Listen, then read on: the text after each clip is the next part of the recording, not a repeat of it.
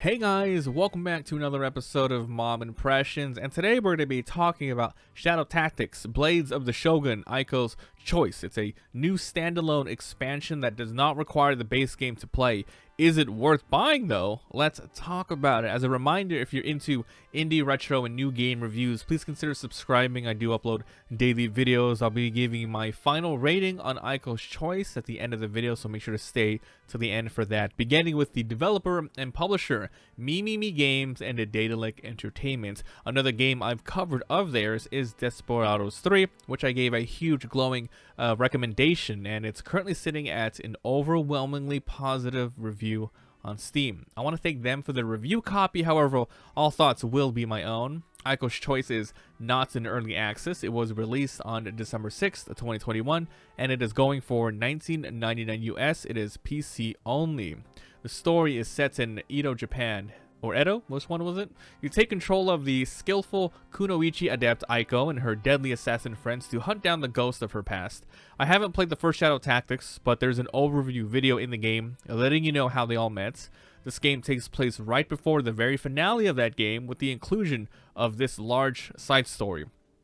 The genre is stealth, historical, real-time tactics, isometric puzzle, and single player. Moving over to the gameplay section, if you are interested in any of the footage for today's episode, there's links in the description to my Let's Play channel if you want to see all the gameplay I've recorded, and follow me on Twitch where all of this was originally recorded as well. The majority of the game, you'll be exploring and doing objectives on very large maps, cut in sections for your goal. These maps are sectioned off in missions. There's about 3 main maps and 3 other small interlude missions between them.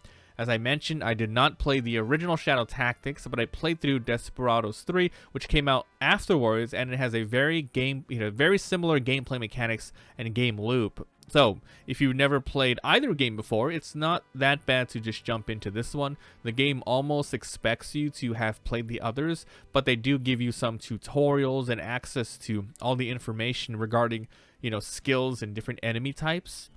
Basically, the game is going to be going like this. You're going to be choosing a mission, watching a cutscene, doing goals on a large section of the map with a variety of paths to take, and then opening up larger sections of the map, and then you repeat until the mission is over. You're going to have control of a large party of around 3 to 5 members at a time. They all have their own strengths and weaknesses. Some characters can climb vines, swim through water, carry bodies faster, use disguises, distract enemies via drop sake, put down traps, and etc. Depending on the goal and the environments, you'll have to make your own decisions in solving puzzles, seeing guards' visions, taking alternative paths, luring enemies away. But probably the most satisfying but complicated mechanic is the shadow mode. The game plays pretty much in real time. You're highly recommended to quick save often and reload often to experiment with different strategies. The shadow mode is where you can queue up a single action for multiple characters and execute them all at the same time to do some really neat things. Someone could distract a guard by throwing a rock in a weird direction, while at the same time 2 of your members could assassinate other guards and move bodies away and stuff like that. Okay. Moving over to the presentation and design.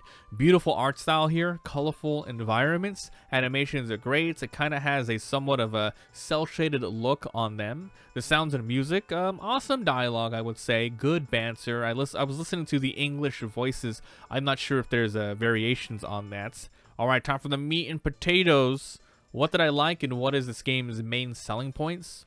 The pure satisfaction of pulling off moves and not getting caught feels like completing a heist each and every time. You have so much variation in how to approach situations, and with really fast quick saving and loading, you can experiment, act like crazy and really take advantage of a mix of real-time controlling your characters while queuing up other commands via the shadow mode. It's a stealth puzzle game, and it works really, really well here.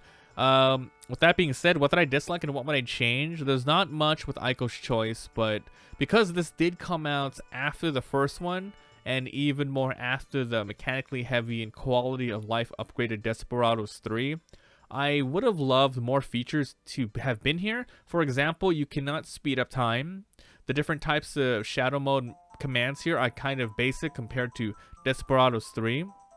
The game is somewhat short, around 5 to 8 hours, but that's to be expected with a standalone game that is, you know, relatively cheap, right? There's a lot of replayability too, with extra challenges and difficulty settings. Alright, time for my final thoughts and verdicts. Shadow Tactics, Blades of the Shogun, Aiko's Choice. It's a long title.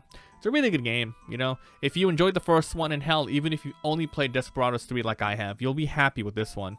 It's a bit short, but as I mentioned, that's okay for its price. Replayability with difficulty settings and extra challenges. The side story here is easy to follow. Character banter is fun. And, you know, the biggest thing here is just really satisfying pulling off multiple executions with the Shadow mode. It's a 100% recommendation, and this is for stealth, puzzle, real-time action fans. Aiko's Choice, this is like top-notch of the genre. Don't miss this one, especially if you've played the other ones. You can't go wrong here. So I'm going to end this one here. If you guys enjoyed, leave a like. It helps a lot. If you haven't already, please subscribe for daily videos. Links in the description to my Let's Play YouTube channel. And come by Twitch. I would love to see you guys there when I'm there recording and reviewing new games. So thanks, and I'll see you guys next time. Bye.